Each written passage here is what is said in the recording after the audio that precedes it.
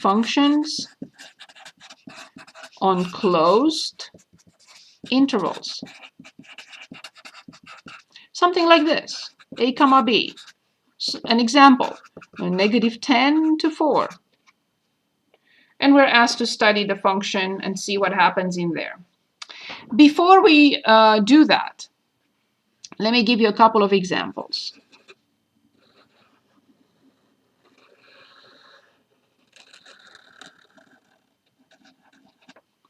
Or just a little discussion here on a function.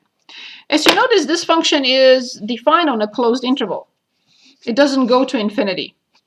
So its domain is given to us. It's just, let's say, -10, 4. Obviously, this is the relative max that we talked about. The derivative is positive here. The function is increasing. The derivative is negative here. The function is decreasing. This point, of course, is a relative min, as we discussed. The derivative is negative here because the function is decreasing. The derivative is positive here. The function is increasing. Now, this is called a relative. These are called relative max, relative min, because the function exists on both sides. I can show a tiny open interval around that point. If the function doesn't exist on one side or the other, like here, the function does not exist on this side, that point cannot be a relative. I cannot show the open interval on both sides, where the function values are smaller than this, or where the function values are larger than this. I cannot. It happens that this is, because in my example, this is the maximum possible y value, we will call this the absolute. In some books, it's called global max, because there is nothing higher than it. Also, this point here is for the same reason, not because it's at the end point of the interval, but it's because it's the smallest y value for this function. We will call this a relative min, as well as, in this situation, an absolute min. This is not an absolute max, because there are values higher than it, and this point is nothing. So this is what we're going to do for the next few minutes. So I'm looking on page 241 and also page 242. And I'm going to choose a problem.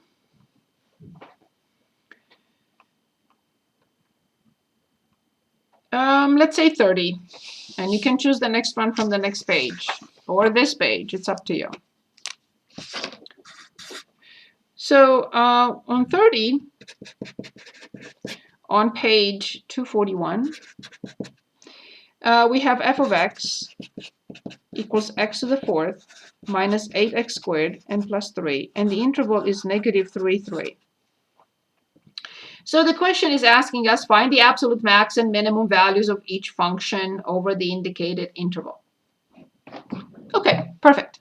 So this time, I'm not going to, for the first time ever, actually, I'm not going to ask you to give me the domain, because we have it. So it's restricted to -3, 3.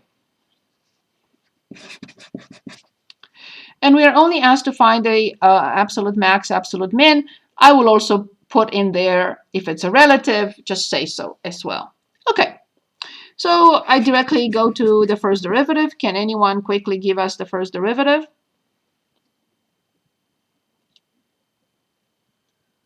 (4x to the third minus 16x). Very good, awesome. And it's defined everywhere, so there are no critical numbers coming from undefined situation, but I have to create this equation, which is 4x cubed minus 16x equals 0. And in the equation, how do I simplify first?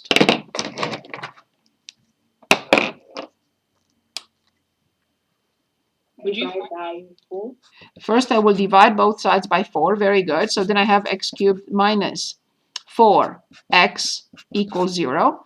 And only now I will factor out x and get x squared minus 4. Can anyone tell us what to do next? And here's your hint. x minus 2 and x plus 2. Good. So as expected, degree 3, you will give me 3 solutions. So x equals 0, x equals 2, x equals negative 2. Perfect. So I put them in the table if they fit. Do they fit in the table? Yes, they do. Negative 2 is here, 0 is here, 2 is here, 0, 0, and 0. So now I have to find the sign of the derivative. At the same time, I need to determine these values. So I will punch in the graphic calculator. In y equals, I clear x to the fourth, and then minus 8x squared, and then plus 3, second and table, and I want all these numbers, negative 3, negative 2, 0, 2, and 3. And I copy them, 12, negative 13, 3, negative 13, and 12. Because the function is even. But I need these signs. So let's punch in a number like negative 3 in here. You can put this function in if you want. And I had a question. Yes? You know how we do the verification test by looking at, let's say, from 12 to negative 13? That's obviously a decreasing part of the function. No. Can't. No. No. Why can't we do that though? No. I have to fill them in and then make sure that they, because if I have a mistake here and I transfer it here, I will spend 10 hours finding the mistake. No. Don't even look at that. I don't even have them yet. Please. So I will punch in a 4x cubed. That's how we catch our mistakes. This is crucial. And minus 16x, I should have never put those first. That's my mistake. Because that's how you came up with that conclusion. Please don't. Okay, I will punch in negative 3. And I got a negative number. I will punch in negative 1. And I got a positive number. I will punch in 1. And I got a negative number. I will punch in 3. And I got a positive number. At this point, I will check whether these two work well together. This is the moment I catch my mistakes. I don't want to use this and draw the conclusion about this, or use this and draw a conclusion about that, because if I have a mistake here, I mess up the whole thing. Is that clear? Yes? No? Maybe? Yeah, that makes sense. So what does the function do here?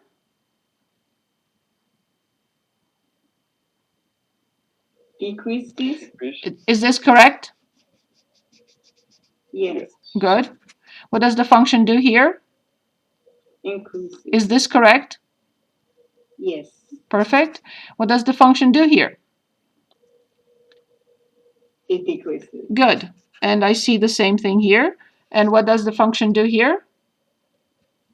Increase. And that's correct between negative 13 and 12. And now we have to draw a conclusion. I'm not graphing the function. There is no need to graph the function. Here's what we're going to do. I will have right here 12, the height. Then it comes down to negative 13. Then it goes up to 3. Then it comes down to negative 13. And then it goes up to 12. This is not the graph of the function. I'm just plotting those values to see what's happening here. So let's start with this. What will you say the 12 is? In other words, what will you say about negative 3 comma 12 and 3 comma 12? What do they represent for this function? Absolute max. Absolute max. And the function can have two absolute max if they are the same. Are they relative max? No, because 3 is the relative max. Because they are at the endpoints of the interval. The endpoints of the interval cannot be relative. Points at the end of the interval cannot be relative max or min? Perfect. Okay, so these are done. What is this point?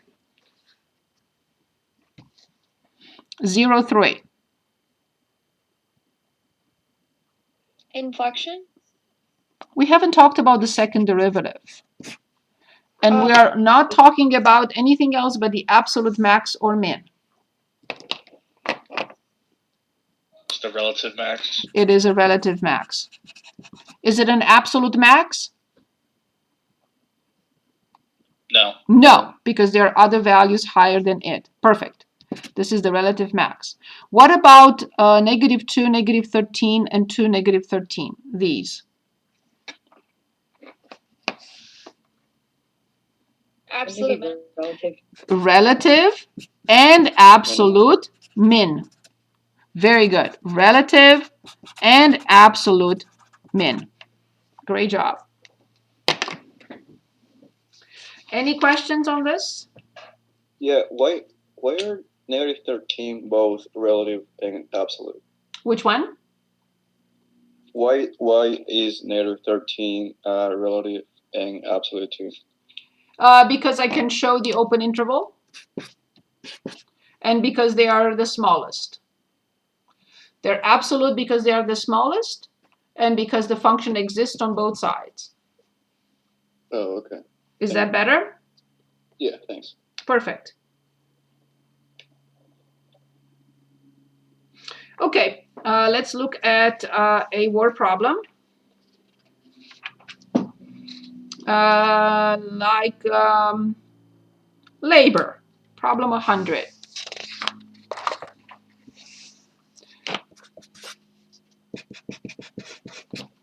100 on page 242. Okay.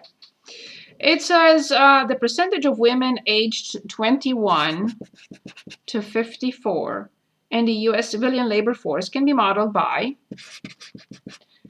-0.0135x squared plus 0.265x plus 74.6. X is the number of years since 1992. This is how I write that X is the number of years since 1992. According to this model, in what year during the period 1992 and 2012 was this percentage a maximum? So we're asked to find when was this maximum. So I start my table and f prime and f of x. What do I put in the table? Is exactly what I'm given, but not the name of the year, but what will I put in? From 1992, which is x equals 0. I was going to write t. And x equals 20. So from 1992 to 12, yes? Perfect. Well done. Is that okay?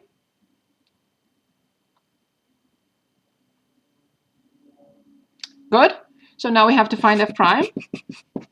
So I bring 2 down, so -0.0, I think this is 270.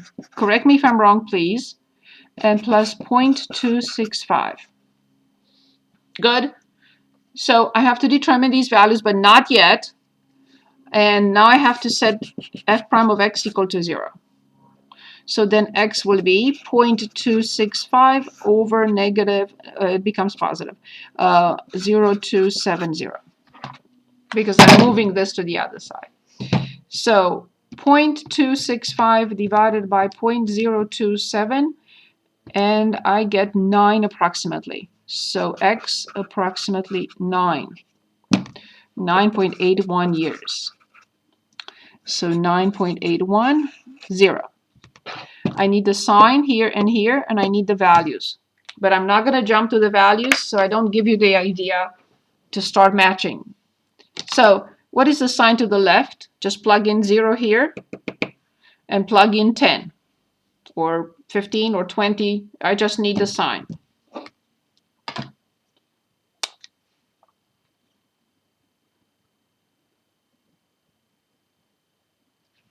With 0, what do I get? Negative. A positive. Very good. And with 10, what do I get?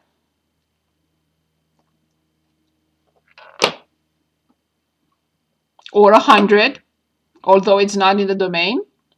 100 will move to negative 0.2, negative 2.7, and this will cover it. So now we need these three values. And I have to punch in the function in the graphing calculator. Negative 0.0135x squared, and then plus 0.265x plus 74.6, and second in table, and I want 0, I had 9.81, and I want 20. Really? Really? Let me make sure that I copied it correctly. Negative 0.0135 to 0.265. Yep, I did that correctly. With 0, 74.6, 75.9, and with 20, 74. Nice. 0.5. Okay, good. So what does the function do here? Increases. Good. Is that correct? Is 74.6 and then 75.9, is that bigger? Good. And what does the function do here? Decrease. Good. Is this correct? From 75.9, is this smaller than that? Yes. Perfect. So we're asked to find the absolute max. Can anyone tell us what is the absolute max?